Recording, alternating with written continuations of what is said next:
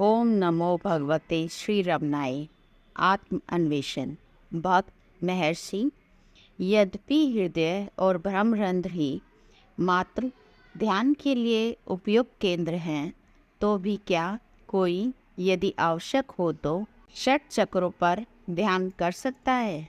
महर्षि उत्तर देते हैं, षट चक्र आदि जिन्हें ध्यान का केंद्र कहा जाता है, केवल कल्पना की उत्पत्ति है। योग में ये सब नौसिखुओं के उद्देश्य से है। 6 केंद्रों पर ध्यान के संदर्भ में शिव योग कहता है, ईश्वर जो अद्वैत रूप पूर्ण चैतन्य आत्मा है, प्रकट होता, धारण करता तथा हम सबको स्थिर करता है। उस सत पर गणपति, ब्रह्मा, विष्णु, रुद्र, माहेश्वर जैसे विभिन्न नाम अध्यारोपित कर उसे नष्ट करना बड़ा पाप है तथा वेदविद एवं शिवयोगी उद्घोष करते हैं, वे केवल मन की कल्पनाएं हैं। इसलिए यदि कोई स्वयं की आत्मा को जानता है, जिसकी प्रकृति चेतन है तथा जो सब कुछ जानता है, तो वह सब कुछ जान लेता है। विद्वानों ने यह भी कहा है, जब वह एक स्वयं में जैसा है जान लिया जाता है, तो वह सब जो अज्ञात है भी ज्ञात हो जाता है। यदि हम विभिन्न विचारों से मुक्त हैं तथा आत्मा जो ईश्वर है पर ध्यान करते हैं, तो उस एक विचार से विचारों की अनेकता से मुक्त हो जाते हैं और तब वह एकमात्र विचार भी लुप्त हो जाएगा। स्वयं की आत्मा को जानना ईश्वर को जानना है। कथन का यही आशय है, यह ज्ञान मुक्ति है। भक्त महर्षि, आत्मा के बारे में व्यक्ति कैसे सोचे? महर्षि उत्तर देते हैं, आत्मा बिना अंधकार एवं प्रकाश के स्वयं प्रकाशित है और सत है, जो स्वयं में प्रकट है। इसलिए किसी को यह नहीं सोचना चाहिए कि यह ऐसा या वैसा है।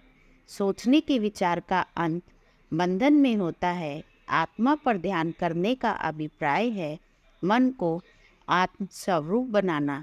हृदय गुहा के मध्य में शुद्ध ब्रह्म मैं रूपी आत्मा के रूप में प्रत्यक्षतः प्रकट होता है।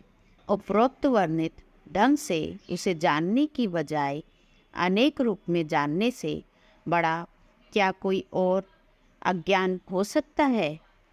भक्त महर्षि, यह कहा गया है कि ब्रह्म मैं रूपेण आत्मा के रूप में हृदय में प्रकट है। इस कथन की समझ को सुगम बनाने हेतु क्या इसकी और भी विस्तार से व्याख्या हो सकती है? महर्षि उत्तर देते हैं, क्या यह सभी का गहन निद्रा, मूर्छा आदि अवस्था का अनुभव नहीं है कि वहाँ कोई ज्ञान नहीं है, चाहे जो भी हो। उदाहरणार्थ, ना तो आत्मज्ञान और ना ही दूसरे ज्ञान। उसके उपरांत जब अनुभव होता है मैं निद्रा से जग गया या मैं मूर्छा से बाहर आ गया हूँ, क्या यह विशिष्ट ज्ञान का कर्म नहीं है जो ऊपर वर्णित अभेद अवस्था से उदित हुआ है? इस विशिष्ट ज्ञान को विज्ञान कहते हैं। यह विज्ञान केवल या तो आत्मा के संबंध में अथवा अनात्मा के संबंध में प्रकट होता है, स्वयं में प्रकट नहीं होता। जब यह आत्मा से संबंधित होता है तो इसे वास्तविक ज्ञान कहते हैं। इसमें आत्माकार मनोवृत्ति ज्ञान और अखंडाकार ज्ञान भी कहा जाता है। और जब यह अनात्मा से संबंधित होता है, इसे अज्ञान कहा जाता है।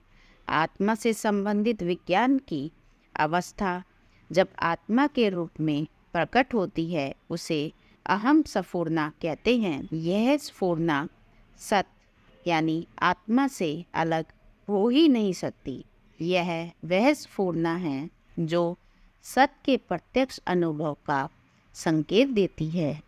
तो भी यह सत की अवस्था नहीं है। वह जिस पर यह स्फुरना अवलंबित है, मूलभूत सत्य है जिसे प्रज्ञा भी कहा जाता है। वैदिक उपाख्यान प्रज्ञानम ब्रह्म इसी सत्य का उपदेश है। विवेक चूड़ामणि में यह वर्णित है, स्वयं प्रदीप्त आत्मा जो हर चीज का साक्षी है, स्वयं विज्ञान में कोश यानी बुद्धि का कोश में स्थित होकर प्रकट होता है। मनोवृत्ति जो अभिन्न है के द्वारा इस आत्मा को अपना लक्ष्य मानकर पकड़े तथा आत्मा के रूप में इससे आनंदित हो, यही शास्त्र का तात्पर्य है।